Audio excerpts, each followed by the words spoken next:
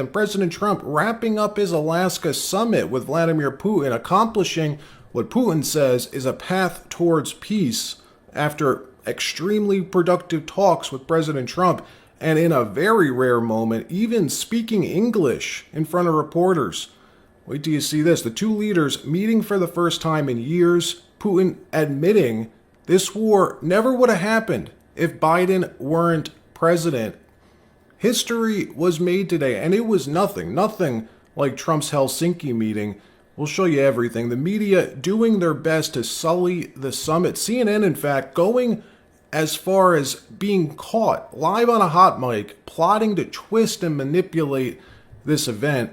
You won't believe this. Anderson Cooper caught red-handed, and more stories as well from around the country, including an update on D.C. Dems finally figuring out the point of federalizing D.C., and they are losing it, suing the Trump administration. Thank you very much, Vladimir. Next time in Moscow. Oh, that's an interesting one. I don't know. I'll get a little heat on that one, but I could see it possibly happening. Thank you very much, Vladimir. And thank you all. Thank you. So President Trump meeting Vladimir Putin at Joint Base Elmendorf-Richardson Air Base in Anchorage, Alaska today. The energy at this summit was reportedly off the wall. MAGA folk lining the streets in Anchorage.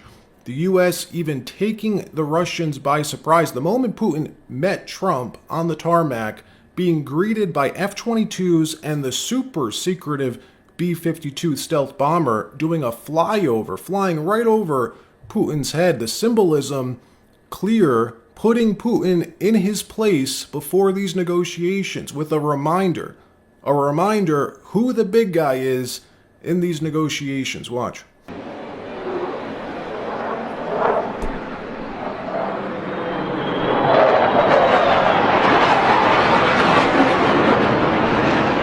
Trump holding this meeting for one reason, to seek peace, to try and find an avenue, any avenue to end this war, a war that never should have happened. Like Trump always says, this is Biden's war. It never would have happened if I were president. Well, Vladimir Putin admitting this at the press conference in front of the world, saying this war, all of it, thank President Joe Biden for, that he informed and warned Biden personally many times that you'll leave us, Russia, no choice if you do this. Watch.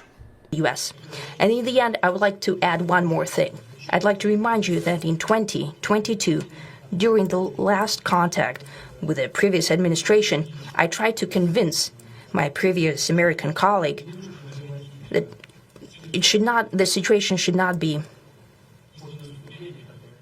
brought to the point of no return when it would come to hostilities. And I said it quite directly back then that it's a big mistake. Today, when President Trump saying that if he was the president back then, there will be no war. And I'm quite sure that it would indeed be so. I can confirm that. I think that overall, me and President Trump have built a very good, businesslike, and trustworthy contact.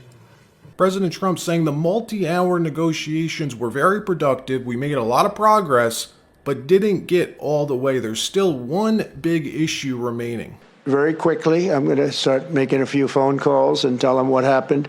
But we had an extremely productive meeting, and many points were agreed to.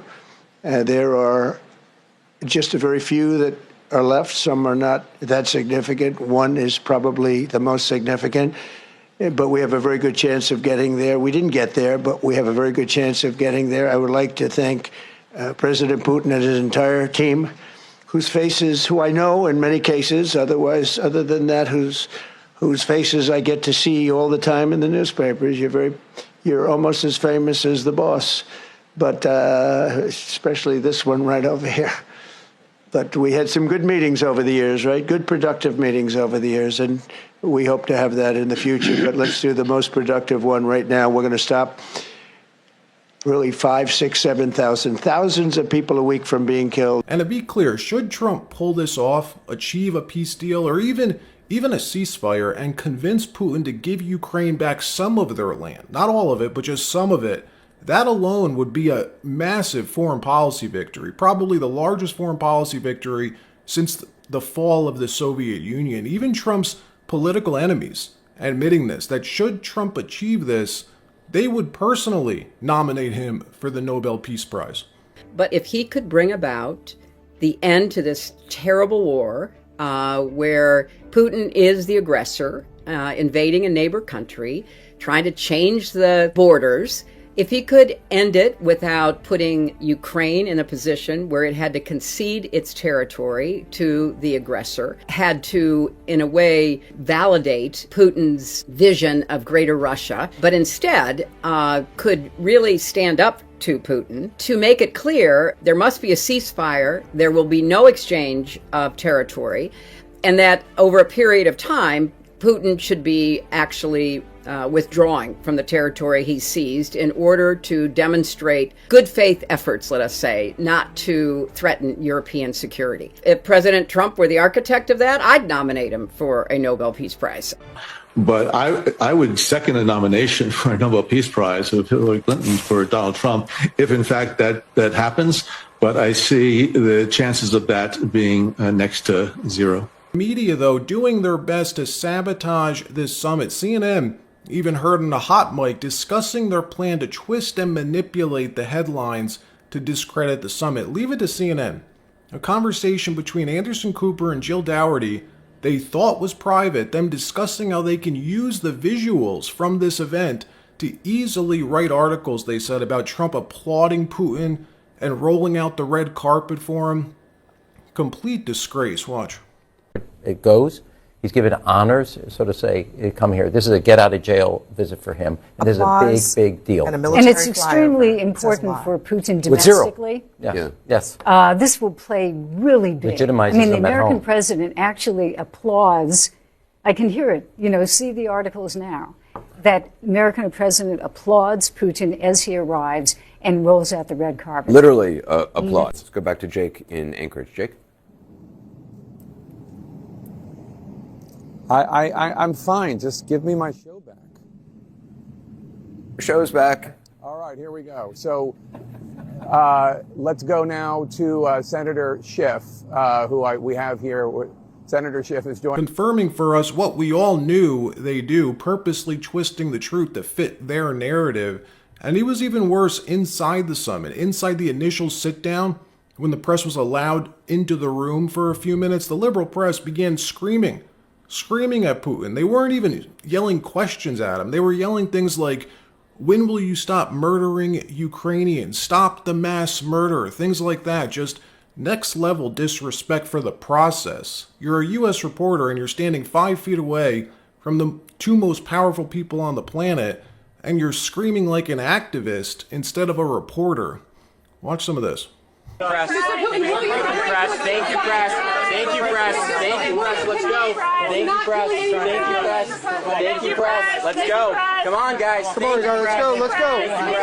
Thank you, press. Let's go. Thank you, press. Thank you, press. Thank you. Now, Trump made it clear before this summit even started that he's not there to negotiate on behalf of Ukraine. He's there representing his own country, the U.S., and to try to mediate, try to exchange ideas, options, create an avenue, any avenue to stop the war. The goal, to convince both sides to a ceasefire, freeze the war, the fighting, and then continue talks to bring about a full and lasting peace. Meanwhile, Trump's crackdown on D.C. crime continuing. The White House releasing this video showing federal authorities arresting an activist last night who assaulted a federal officer 2 days ago. Watch this video they put out.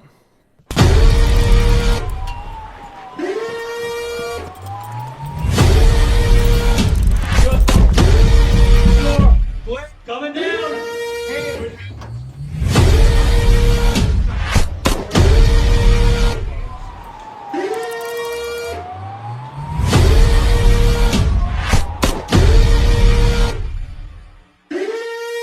Dems now suing the Trump administration for federalizing D.C., seething that Trump's cracking down on crime.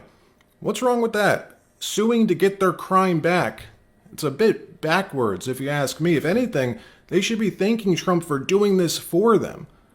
The Democrat D.C. AG Brian Schwab suing for what he called a hostile takeover of the police department, of his police department, but what's really happening here is they figured it out, finally. The real point of this, 2 days ago, Trump revoked DC's sanctuary status, and they're freaking out about this. Watch. And as Chief Smith has said in the papers, in her nearly 30 years of enforcing the law, both as a federal law enforcement officer and as chief of police, she has never seen any action that causes more risk to the public safety than the actions of AG Bondi last night in her Bondi order of about 7:45 at night. Now, we had theorized on Monday that this was the real reason behind Trump federalizing D.C. It was primarily about immigration, to take over the MPD, get access to the jails and the jail records so ICE could have that data, the data that they've been denied for almost 15 years now, and it's working. Tom Homan even confirming yesterday that this so far has made ICE's job way more safe and much easier. Let's now see if they do the same thing in these other sanctuary jurisdictions, which will obviously be much harder. Let me know what you think. Should the Trump administration do the same thing in Chicago, in Boston, in LA, and all of these other sanctuary states? Is it worth all the negative press that he'll obviously get? Let me know your thoughts. All right, that wraps up this episode. Like, subscribe. We'll see you next time.